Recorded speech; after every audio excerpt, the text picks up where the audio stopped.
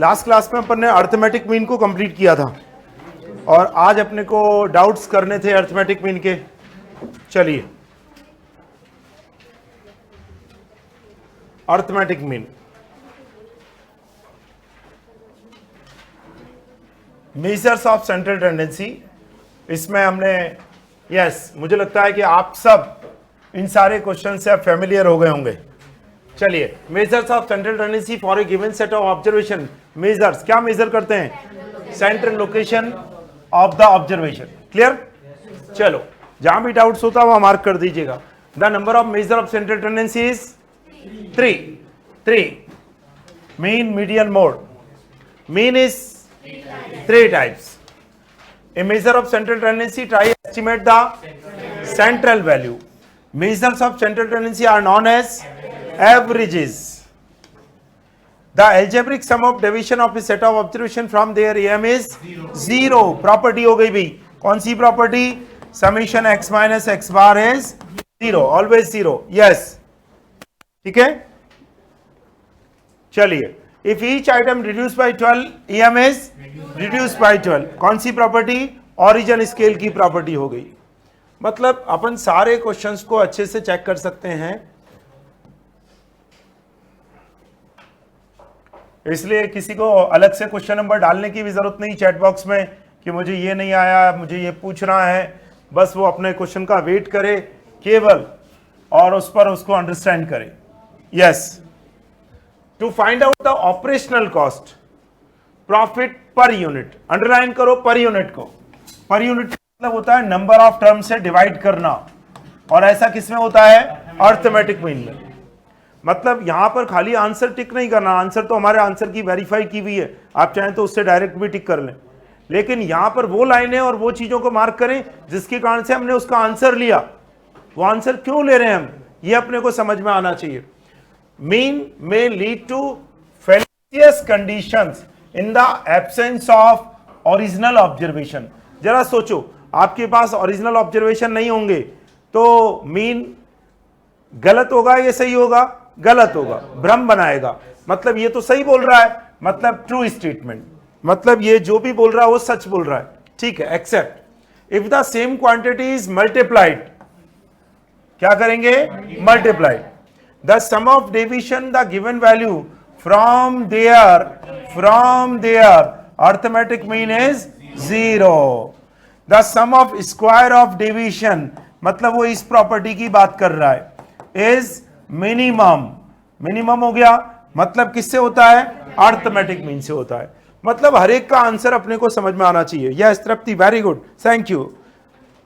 ठीक है ना, तो अपने को ध्यान में आ जाना चाहिए क्वेश्चंस कैसे होता है। केवल अपने को आंसर, मैं बार बार कहता हूं कि इनको आंसर्स को टिक करने की जरूरत नहीं है, आपको यह ध्यान रखना है कि क्वेश्चन का आंसर क्यों निकल रहा है ये। यस, ठीक है। चलिए आगे बात करते हैं हम लोग। फिर आइए, 13 ऑलरेडी कर चुके थे शायद, 14 कर लिया और 15 भी कर लिया। ये तीनों क्वेश्चन हम ऑलरेडी कर चुके, तो जो हो गए उनको डिस्कशन की जरूरत अब नहीं पड़नी चाहिए अपने को। चलिए अब आइए क्वेश्चन नंबर 16 पर। क्या बोल रहा है भाई 16? बोलो जरा। द वर्ड मीन और average only refers to M. ध्यान रखना, इस क्वेश्चन को याद रखना। अभी कुछ देर बाद आपकी ओपिनियंस बदलती भी नजर आ जाएगी, ठीक है ना। क्यों? क्योंकि अभी मैंने पहले भी कहा कि हम आंसर क्या दे रहे हैं, हम कंपेयर करते हुए आंसर दे रहे हैं। अभी इसका इंटरनल फैमिली में डिस्कशन चल रहा है, मीन फैमिली से डिस्कशन हुआ, तो मीन में हम रेफर करते हैं एम को। जब इसकी फैमिली बड़ी हो जाएगी और मेंबर हो जाएंगे मीडियन और मोड, और वहां से कंपेयर करेंगे तो आंसर तीनों हो जाएंगे। बात समझ में आती ना? क्वेश्चंस के आंसर क्या देते हैं उसके पीछे रीजन क्या है ये हमें पता होना चाहिए। हम कंपेयर कर सकते हैं इस समय एम, जीएम, एचएम से। यस संचित, थैंक यू। मतलब एम, जीएम, एचएम से कंपेयर कर रहे हैं, इसका मतलब क्या? इसका मतलब यह है कि उस समय आंसर इन तीनों में से ढूंढना है। तो हमने आंसर सर्च किया M is the most stable. Mark करो स्टेबल, कौन सी होगी? जो बेस्ट होगी वही स्टेबल होगी। Weighted M is related to frequency. Frequency are also called weights. Yes, the algebraic sum of deviation क्या आएगा भाई? 0। कई बार आ गई ये property. of a set of observation is defined to the their sum divide by the number, कौन होती है? am. किससे डिफाइन किया? am से डिफाइन किया, मतलब आंसर am हो गया. Simple average is sometimes called unweighted. When a frequency distribution is given, the frequency of values are themselves treated as weights. सही बात है भाई, मतलब फ्रीक्वेंसी को अपन जस्ट लाइक क्या लेते हैं? वेट्स ले लेते हैं. यस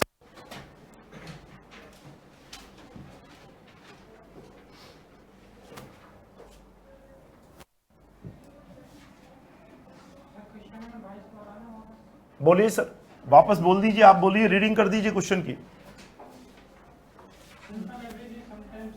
हाँ, उसको क्या बोलेंगे? अनवेटेड. अनवेटेड है, क्योंकि सिंपल का मतलब क्या हुआ? सारे लोग एक एक बार ही आए, तो एक एक बार आए तो वेट आया क्या? नहीं, इसलिए ठीक है. Each different value is consider only once simple average. Each value is consider is many time weighted average. Multiplying the value of the variable by the corresponding weights and dividing the sum of product the sum of weights. तो ये formula किसका बन जाएगा? weighted average का बन जाएगा. Simple and weighted average are equal only when the all weights are equal. Yes, true. करके देखा है हमने. किसी का भी कोई क्वेश्चन हो तो हमने एग्जाम्पल कराया है, खोल के देखो. The word average आ गया क्वेश्चन आपके काम का. The word average used in simple average or weighted average generally refers to. आपको याद है पिछली स्लाइड पे आपने खाली am आंसर लिया है और अब आप तीनों को ले रहे हो. क्यों? क्योंकि इस समय कंपैरिजन हम किससे कर रहे हैं? मीन मीडियन मोड से कंपैरिजन कर रहे हैं. तो आंसर क्या हो गया? मीन, मतलब में am, gm और hm. ठीक है ना? Yes. Question number 13 again explain करने की जरूरत नहीं है सर, आपको सॉल्यूशन देखना है. देखिए पीडीएफ को, और पीडीएफ पे नहीं आता तो टेलीग्राम पे क्वेश्चन पूछिए मेरे से. यस, जरूरी है कि आपको उसमें क्या समझ में नहीं आया? नेचुरल नंबर का सम समझ में नहीं आया, मतलब इसका मतलब कॉपी नहीं किया. यस, जरूरी है. हर चीज को एक इंस्ट्रक्शन में हम क्यों मानते हैं? अगर हम इतना डिसिप्लिन नहीं होंगे ना बेटा, तो हम उस चीज को कभी समझ ही नहीं पाएंगे.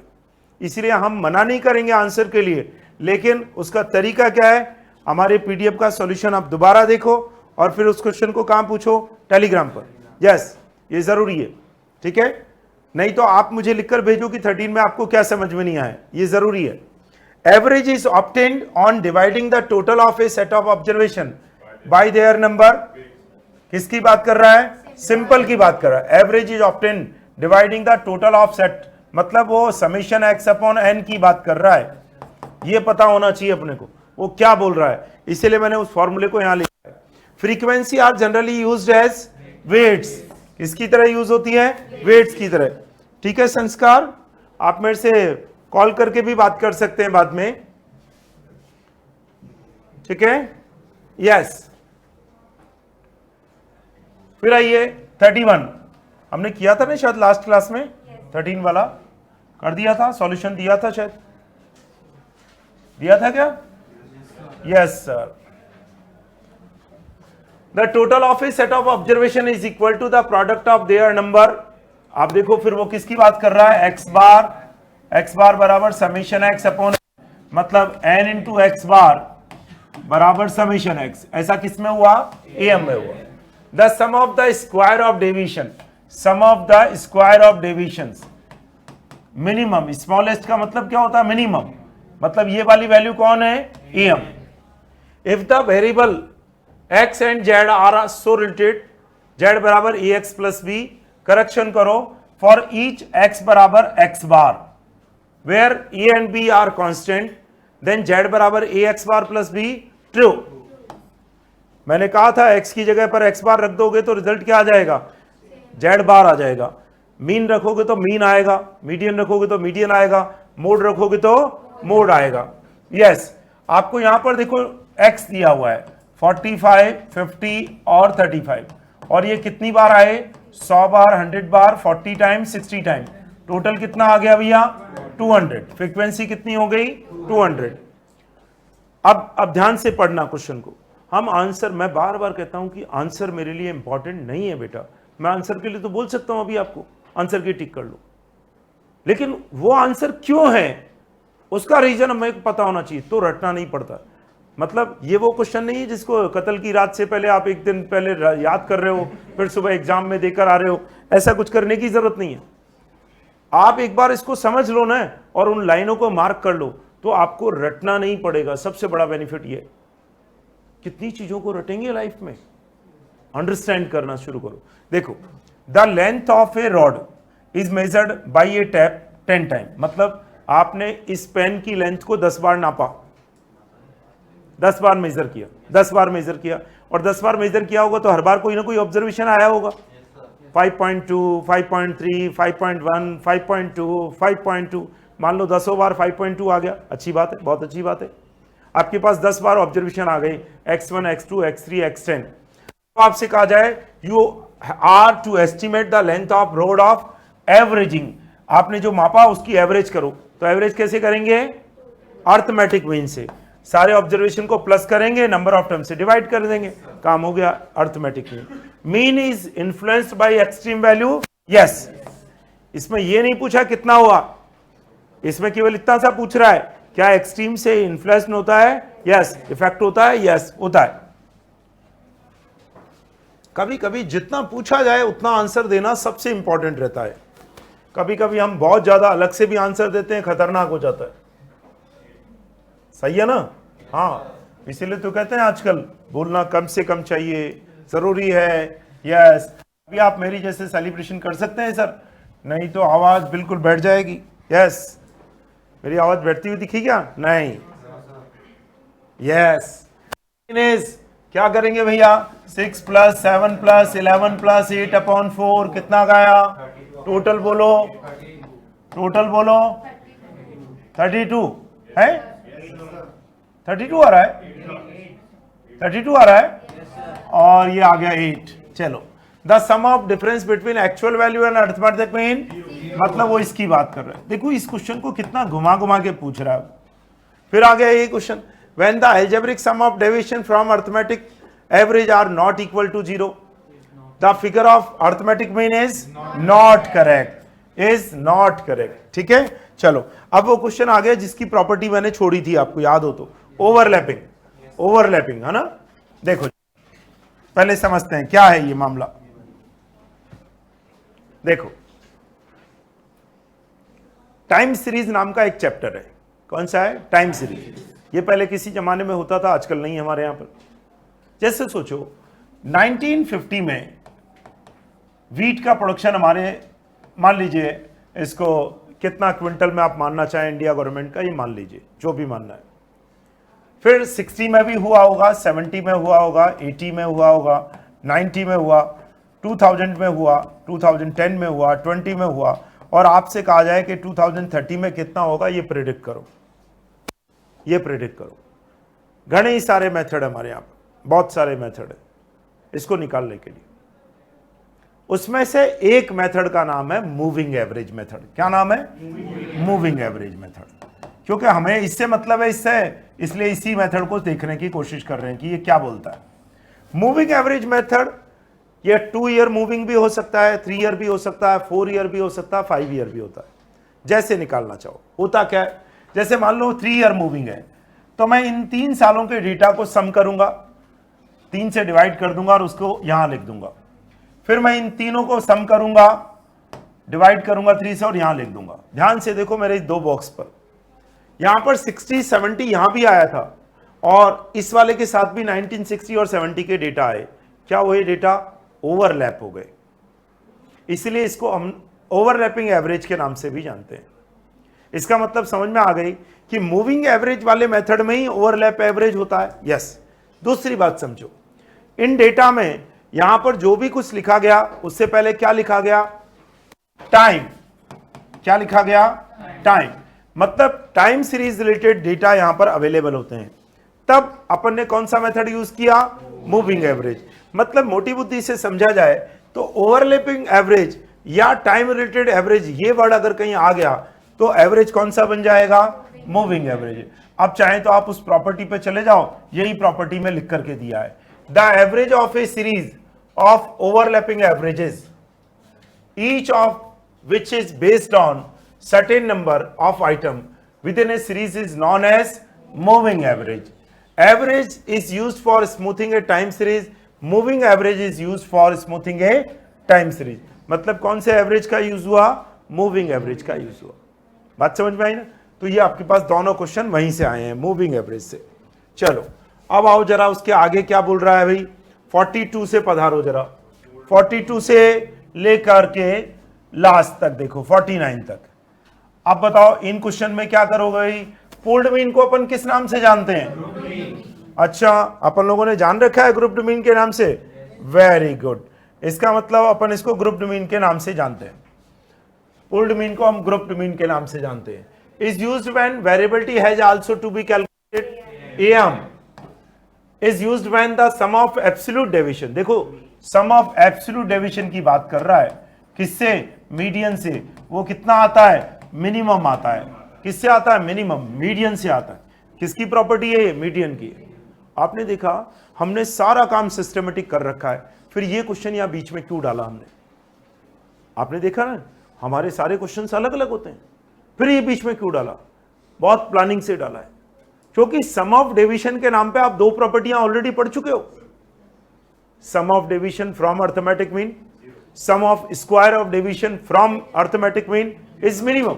इसी समय ये प्रॉपर्टी एक बार डाल करके आपको एहसास कराया गया है कि देखो भैया ऐसा भी लिखा हुआ आ सकता है। कहीं ऐसा नहीं कि आप बार बार मीन को ही सेलिब्रेट करते रहो, नहीं, इसका आंसर मीडियन है, ठीक है ना? इसीलिए ध्यान रखो। अब ध्यान क्या रखना है? Sum of absolute deviation, sum of absolute deviation. बात समझ में आ गई ना? क्वेश्चंस को अंडरस्टैंड करना सबसे ज्यादा जरूरी होता है भाई, है ना? हर चीज को समझना सीखो जरा। The average discover uniformity in variability. The average has relevance for heterogeneous population, लिख कर दिया है। The sum of deviation from the mean is prove the mathematical property true. The mean of the two samples can be combined, prove the mathematical property true. Choice of assumed mean does not effect the actual mean, prove the mathematical property true. आपने देखा सारे questions के answer true हैं, ठीक है? Yes, तो ये सारे क्वेश्चंस हम कर सकते हैं फाइनल। चलो आगे बता दो जरा। अब आइए जरा, अब थोड़े से क्वेश्चंस थोड़े से समझने आपको, ऐसे क्वेश्चंस पर हम जाने वाले हैं। मुझे पता है लास्ट की क्लास में जाते जाते किसी बच्चे ने 60 भी पूछा था मेरे से। अभी टाइम मिलेगा तो उसको एक बार वापस करवा देंगे हम, घबराने की जरूरत नहीं है। फिर 13 भी पूछा है तो उसको भी देखेंगे, करवाएंगे, तो इसलिए थोड़ा सा वेट करते जाओ। अब अच्छे से पढ़ो जरा, क्वेश्चन को पढ़ते हैं पहले। The mean wages of two companies are equal. दो कंपनी का मीन इक्वल है। It signify that workers of both company are equally well off. जरा सोचो, दो कंपनी का एवरेज निकाला, सेम है, तो क्या हम माने कि दोनों कंपनी के वर्कर एक जैसे खुश हैं? नहीं मान सकते। क्यों? क्योंकि मीन जो होता है वो लीस्ट और ग्रेटेस्ट वैल्यू का एवरेज होता है। आप देखो, मैं इसका एक एग्जांपल देता हूं। 15, 20 और 30, इसका एवरेज कितना आएगा? 20 आएगा। 5, 10 और 45, इसका एवरेज भी कितना आएगा? 20 आएगा। 60/3, दोनों का सही है क्या सम? 60/3, एवरेज कितना है? 20। अब क्या दोनों कंपनी के वर्कर एक जैसे दिखाई देंगे? बेचारे 5 रुपए जिसको मिल रहे हैं उससे जाके पूछो, वो तो रो रहा है, और 45 वाला सेलिब्रेशन कर रहा है। यहां तो ठीक है, सबको एक जैसा मिल रहा होगा, तो अपन इससे कभी भी डिसाइड नहीं कर सकते। इसीलिए कहते हैं कि मीन से कभी भी किसी भी चीज का डिसीजन नहीं कर सकते अपन। क्यों? क्योंकि मीन का मतलब होता है लीस्ट और ग्रेटेस्ट वैल्यू का एवरेज हुआ। छोटी और बड़ी संख्या दोनों आ गई इसमें, लीस्ट और ग्रेटेस्ट। इसका मतलब मीन इस पर काम नहीं करता। इसका मतलब हम इससे डिसीजन कर सकते हैं क्या? नहीं कर सकते, फॉल्स। इसी बात को दोबारा पूछा इसने। The mean of actual wages in factory is average is 6000, where is factory B is 5500. It signified that factory A pays more the all workers that factory B? No, all worker की बात नहीं कर सकते। हाँ, वो ये पूछता कि कुछ वर्कर को ज्यादा मिलता है, मान लेते कुछ वर्कर को ज्यादा मिलता है, समझ में आती बात। ऑल वर्कर्स को नहीं मिल सकता, क्योंकि एवरेज कैसे निकलता है? छोटे और बड़े सब संख्याओं को प्लस करने के बाद नंबर ऑफ टर्म से डिवाइड करते हैं। इससे कुछ पता लग सकता है क्या? नहीं लग सकता। इसीलिए क्या कहेंगे यहां पर भी आंसर फॉल्स। फिर आइए, if I check item reduce by 15, reduced by 15. The mean of the first n natural number n plus 1 by 2, n plus 1 by 2, याद रखो भैया ना, yes. फिर आइए जरा, हमारे पास क्वेश्चंस क्या आता है यहां पर, which one is true? am का फॉर्मूला क्या होता है याद करो, assumed mean प्लस डेविएशंस निकाला, yes सही है क्या, yes करेक्ट, वही option. if the am of any distribution 25, one term is 18, तो x माइनस एक्स बार निकालना हो 18 माइनस 25, तो कितना आएगा -7। इसका मतलब आज समझ जाइए कि डेविएशन का मतलब क्या होता है। यहां मेरी बात को ध्यान से समझना भैया, क्योंकि ये सब चीजें किताबों में नहीं मिलती है।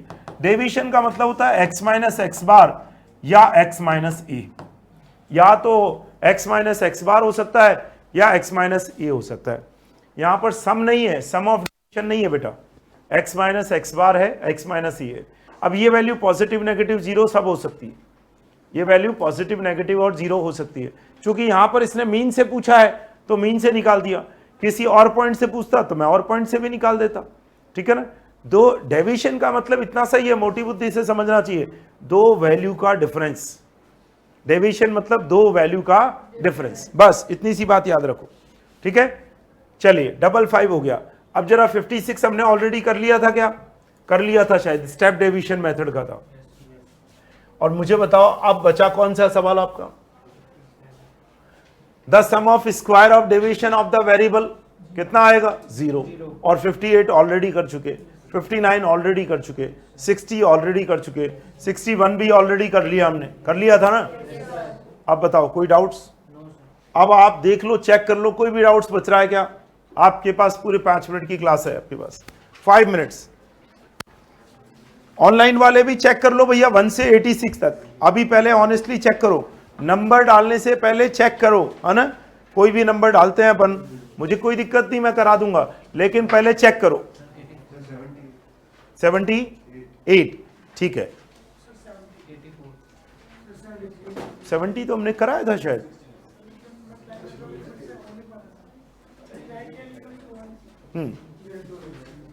सोच लो और सोच लो और सोच लो, अभी सोच लो, बोलने की जरूरत नहीं है, सोच लो। अब तो अभी सोच लो, मैं आपको अनाउंसमेंट डालूंगा तब बोलना। यस, सब सोच लो, सब सोच लो।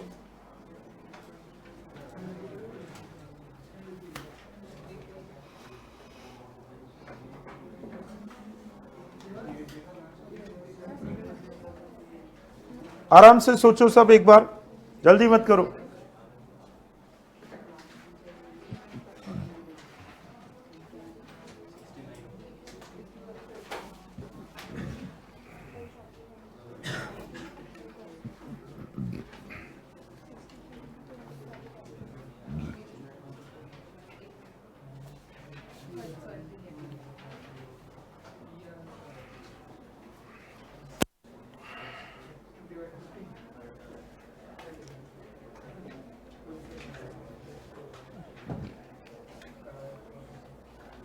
अच्छे से सोचो, जल्दी नहीं है मुझे।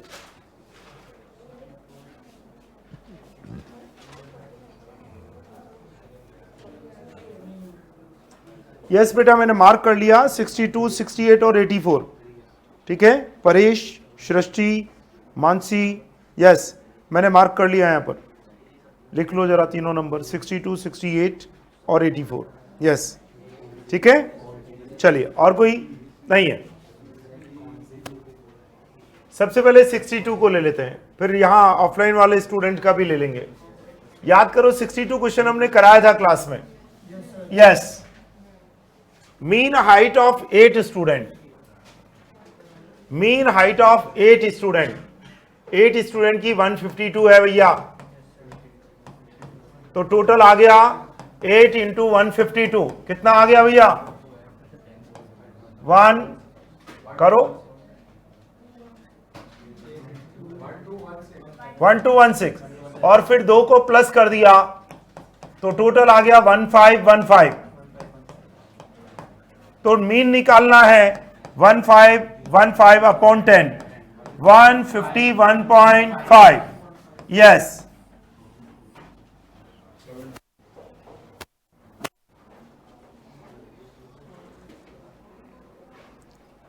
आदित्य, आपने क्वेश्चन पूछ लिया है, इसलिए आप उसका आंसर मत डालो कि ये आ रहा है। आपका ये आ रहा है तो गलत आ रहा है, ठीक है ना। थोड़ा बोर्ड पे वेट करो, अभी क्वेश्चन आ जाएगा तो सॉल्व दिख जाएगा आपको, ठीक है। चलिए अब आइए 68 पर।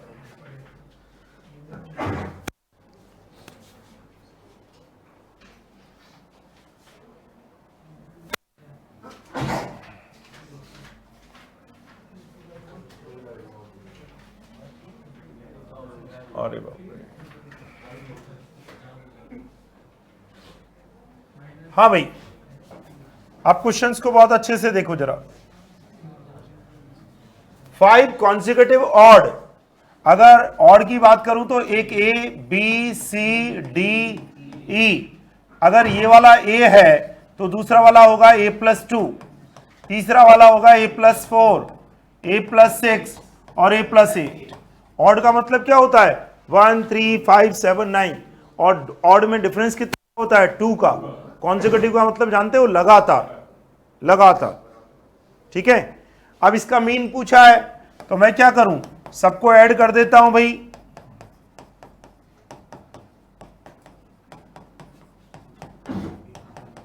अपॉन 5, तो 5A+20 अपॉन 5, तो A+4। देखो आंसर में है क्या? यस, आंसर मिल जाएगा बेटा। अनुज नारायण पांडे, 64 को हिट एंड ट्रायल करना है।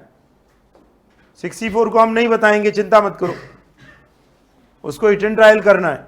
यस, कंबाइंड मीन का क्वेश्चन है ना? यस, बोर्ड पर पहले किया हुआ है।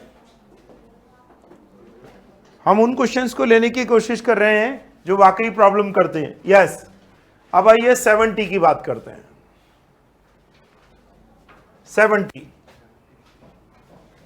The average of 24 student, yes sir, 24 student and class teacher, total हो गए 25 और एवरेज दिया 16 ईयर। ये 25 का एवरेज है, मतलब 25 का टोटल आ गया 25 इंटू 16, 400 ईयर, ठीक है। अब आपके पास एवरेज रह गया 15, टीचर को हटा दिया तो स्टूडेंट बच गए 24, तो 24 इंटू 15 कितना आ गया? 360। तो टीचर की एज कितनी हो गई? 400 में से 360 को हटा दिया, 40। जो हटा उसकी एज आ गई, जो हटा उसकी एज आ गई। यस, ठीक है। अमन अग्रवाल, इवन होगा तो इवन पर क्वेश्चन करेंगे, चिंता क्यों करते हो? अभी तो नहीं है ना, हम लोग जब तक बात तभी करते हैं जब होगा, जब तक नहीं होगा तब तक बात नहीं करते हैं ना। क्यों? क्योंकि होने के बाद आंसर भी बदलेंगे, ऑप्शन भी बदलेंगे, सब चीजें बदलेगी। तो सब चीजें बदल कर पहले क्वेश्चन को आने तो दो, एग्जामिनर को मेहनत करने दो, है ना। आप मेहनत मत करो, क्योंकि आप मेहनत करोगे तो गलत मेहनत करोगे, वो मत करो कभी भी। इसलिए हम बोलते हैं कि एकेडमिक में हम ये पूछ सकते हैं ऐसा होगा तो, हमारे यहाँ ऐसा होगा तो बात करेंगे। यस, सही है ना, वेरी गुड। अब आया क्वेश्चन नंबर 84। किसी बच्चे ने पूछा है 84 को भी देख लेते हैं क्या है भाई। 78 भी ले लेते हैं, क्या है 78? हालांकि ये क्वेश्चन भी हमने किया था हिट एंड ट्रायल में, याद करो। स्किल्ड और अनस्किल्ड वर्कर, याद है ना सब? हाँ, 10,000 मिलता है अनस्किल्ड को और 15,000 मिलता है स्किल्ड को, upon unskilled plus skilled equal to 12,000। अब जरा सीधी सी बात है, स्किल्ड के बारे में पूछ रहा है। जब यहां पर 40% रखोगे तो यहां पर कितना रखना पड़ेगा? 60%। तो रखो जरा, 6 लाख प्लस 6 लाख अपॉन 100 कितना आ गया? 12,000 आ गया सर। तो आंसर है 40%। अब एक बच्चे ने मेरे को टेलीग्राम पर भी क्वेश्चन पूछा था कि सर ये आपने एक जगह 40 लिखा तो दूसरी जगह 60 क्यों लिखा। बहुत सिंपल सी बात है, परसेंटेज 100 में से निकलता है। अगर एक को 40 लिखोगे तो दूसरे को क्या लिखना पड़ेगा, 60। यस यस, इसीलिए क्वेश्चन पूछे जाते हैं ऐसे। ठीक है, हो गया सर, हर एक से हो जाएंगे, चिंता मत करो। चलो अब आओ जरा आगे। 84 क्या बोल रहा है, 83 भी ले लेना। चलो ठीक है, ले लेते हैं, लड्डू प्रसाद है, आराम से ले सकते हैं। हमने कराया हालांकि ये क्वेश्चन भी। ये देखो 83 करने की जरूरत नहीं है, x bar a plus summation d x upon n, a कितना है 45, ये कितना है -55 अपॉन 25, कितना आ गया 42.8। अभी अभी आपने प्रॉपर्टी पढ़ी है, x बराबर ए यू प्लस बी वी है, और अगर यहां पर x की जगह पर x बार रखोगे तो यहां पर क्या आ जाएगा, मीन आ जाएगा, और मीडियन रखोगे तो मीडियन आ जाएगा।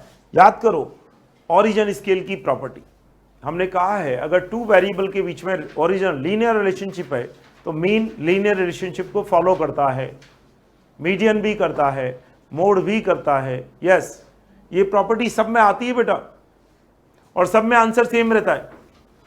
बस फर्क इतना होता है, मीन वाले में मीन आ जाता है, मीडियन वाले में मीडियन आ जाता है, मोड वाली में मोड आ जाता है। बस इतना से याद रखो।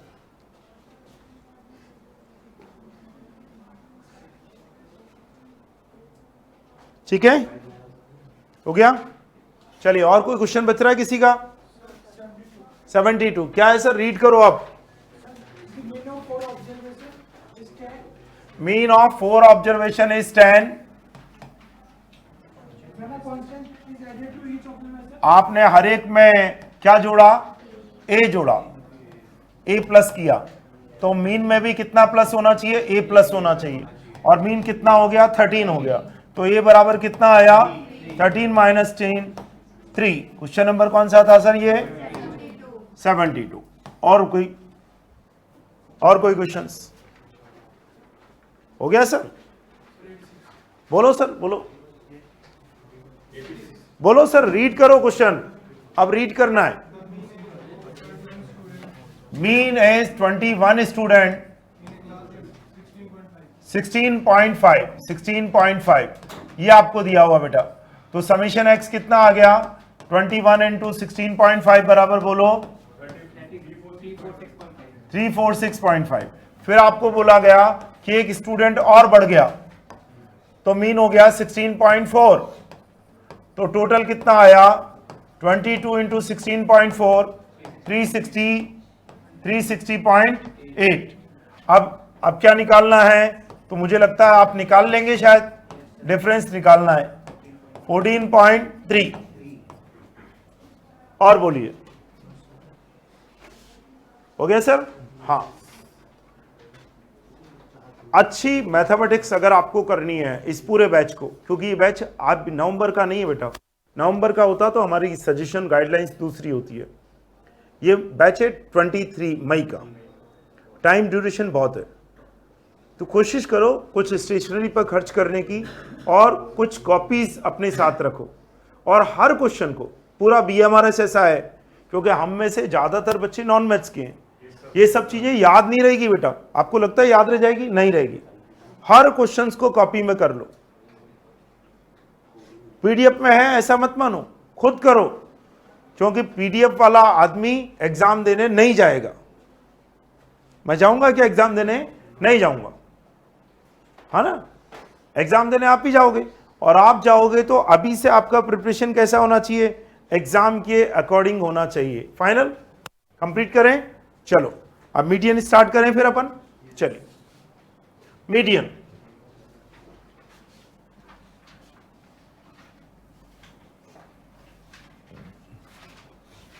मीडियन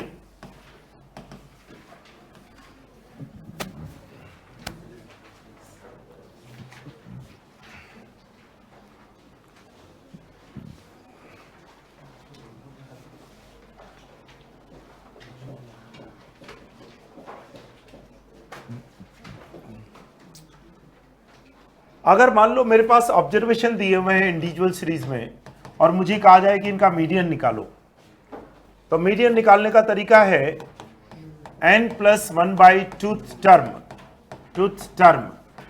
इसका मतलब इससे रैंक पता लग जाती है। अब मीडियन निकालना पड़ता है। सबसे पहले क्या निकालना पड़ता है? Rank of median.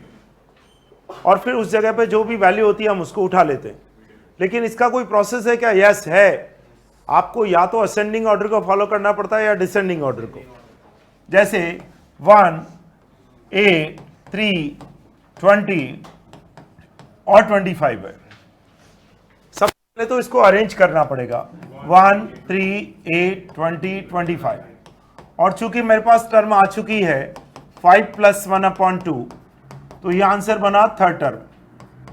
और थर्ड टर्म की वैल्यू कितनी है? 8। तो मीडियन हो गया 8। एक बच्चे ने कहा सर मान लो इसमें तो ठीक है, लेकिन इसकी बजाय 1, 3, 8, 20, 25 और 26 होता तो क्या करते आप? मैं मीडियन ऐसे निकालता 6 + 1/2, 3.5 टर्म आती। अब 3.5 तो कोई टर्म नहीं होती है, तो मैं लेता थर्ड टर्म, फोर्थ टर्म और फिर उसका एवरेज करता। थर्ड टर्म कितनी है? 8 और ये 20/2। कितना आया आंसर? 14। मीडियन हो जाता 14। बात समझ में आ गई? इसका मतलब ये हुआ कि हमारा जो ये फॉर्मूला है, ये केवल ऑड के लिए अच्छा है, इवन के लिए सही नहीं है। इवन के लिए हमें क्या करना पड़ता है?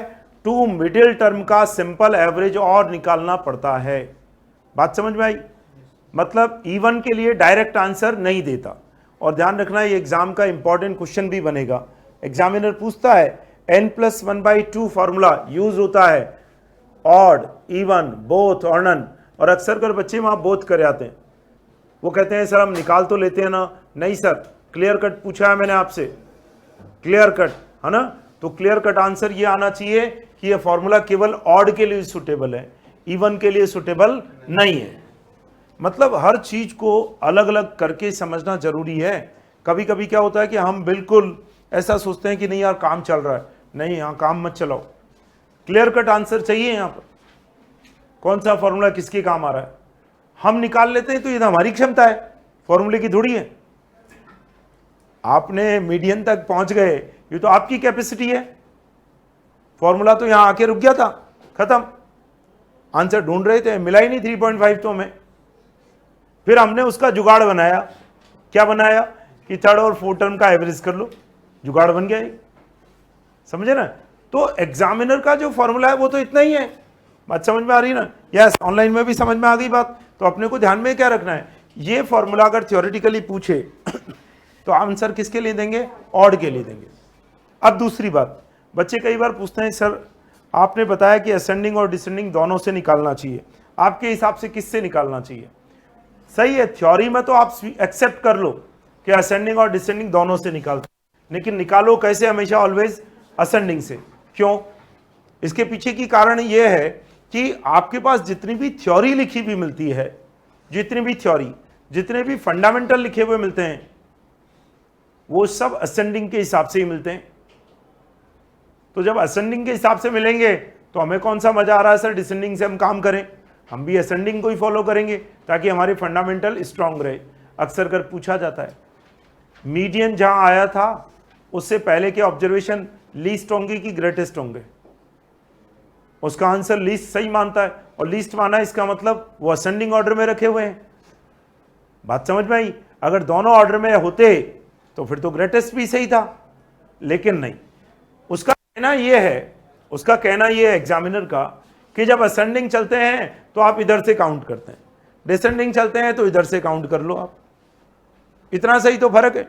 तो आपको यह समझना जरूरी है कि भले हम कह दें कि असेंडिंग और डिसेंडिंग दोनों ऑर्डर से निकाल सकते हैं, लेकिन आपको हमेशा किसको फॉलो करना चाहिए? असेंडिंग को, ताकि अपनी थ्योरी गड़बड़ ना हो जाए, थ्योरी आपकी स्ट्रांग की स्ट्रांग रहेगी। ठीक है। अब आप कहेंगे सर मीडियन क्या इतना इंपॉर्टेंट क्वेश्चन है क्या जो इंडिविजुअल में क्वेश्चन आते हैं? देखो अभी आपने देखा इवन में कैसे होता है, यस ऐसे होता है। मैं आपको सैंपल के लिए 3 क्वेश्चन दे देता हूं, ओनली 3 क्वेश्चन, और वो तीनों ही क्वेश्चन एक 2007 में, एक 8 में और एक 9 में आया हुआ है। ठीक है, और जरा चेक करके कोशिश करो कि आप तीनों क्वेश्चंस आराम से कर लेते हैं क्या, ठीक है ना, आराम से, है ना। हो सकता है आज डिस्कस करें, हो सकता है कल डिस्कस करें, उसकी चिंता मत करो, ठीक है। तीनों क्वेश्चन 174, 175 और 176 तीनों क्वेश्चंस करने हैं सबको।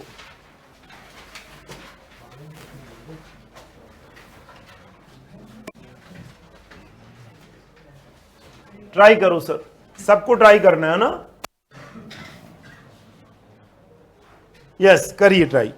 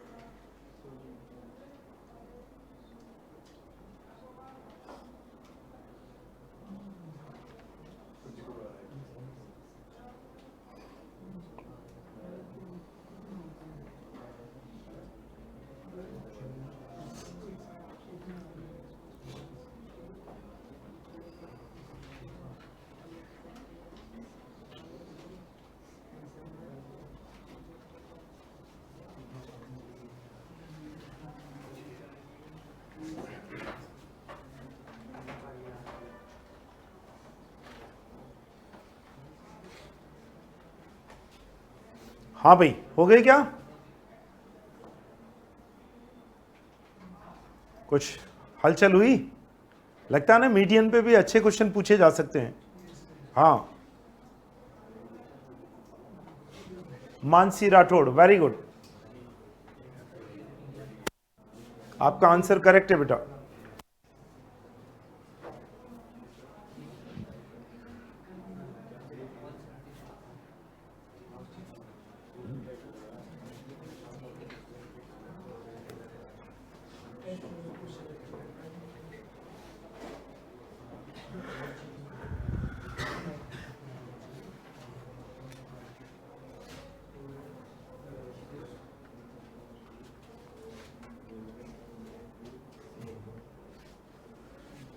कोई दिक्कत नहीं, 24 आवर्स का टाइम आपके पास है, 24 घंटे का टाइम तो बहुत होता है 3 क्वेश्चन के लिए। वेरी गुड, कौन सा हो गया? तीनों हो गए, very good very good very good. वाकई में तीनों क्वेश्चंस होने लायक ही हैं, आपके भी हो गए, वेरी गुड। एक्सीलेंट। बहुत सारे बच्चों से नहीं हुए, घबराओ मत, लेकिन अपन ये तो अलर्ट रहो कि देखो मीडियन पर भी इंडिविजुअल सीरीज में ऐसे क्वेश्चन आ सकते हैं कि जहां हमें रोकना पड़ सकता है ना, ये इंपॉर्टेंट है। यहां पर आपका क्वेश्चन आना और नहीं आना दोनों इंपॉर्टेंट नहीं है, आपका व्यू एकदम बनना चाहिए कि यहां पर क्वेश्चंस आते बहुत इजी हैं, लेकिन वो कभी भी कहीं स्टॉप कर सकते हैं अपने को, ठीक है ना। हाँ, वेरी गुड। सान्या, संजना,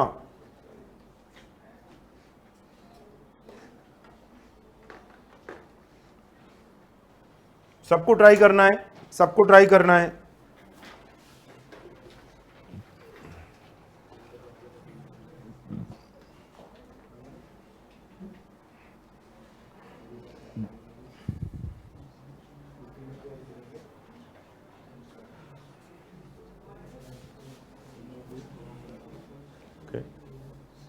हो गई? क्या क्या आंसर आए तुम्हारे? ए डी ए है, ठीक है, ठीक है। और कोई तुम्हारे answer?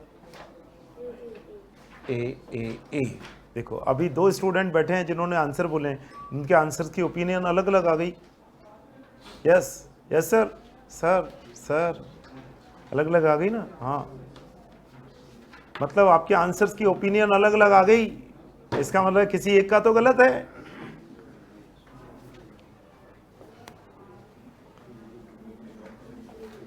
Yes yes yes, very good. हाँ, ऑनलाइन में काफी बच्चों ने किया है अभी। यस, आप सब भी कर रहे हैं ना? करिए करिए सर, करिए, रुकने की कोई जरूरत ही नहीं है।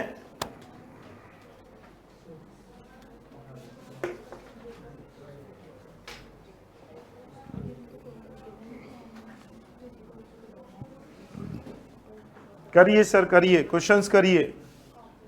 ओनली 3 क्वेश्चंस आपके पास हैं बस। वेरी गुड संचित।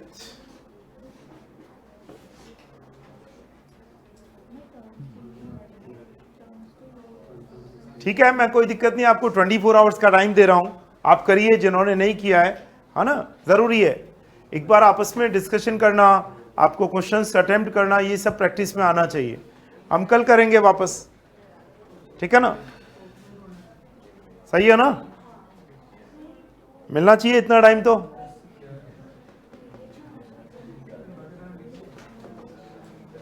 हाँ, दिमाग मेरा ही क्यों खराब हो, दिमाग आप सबका भी तो खराब होना चाहिए। यस, ठीक है, चलो कल करेंगे डिस्कस।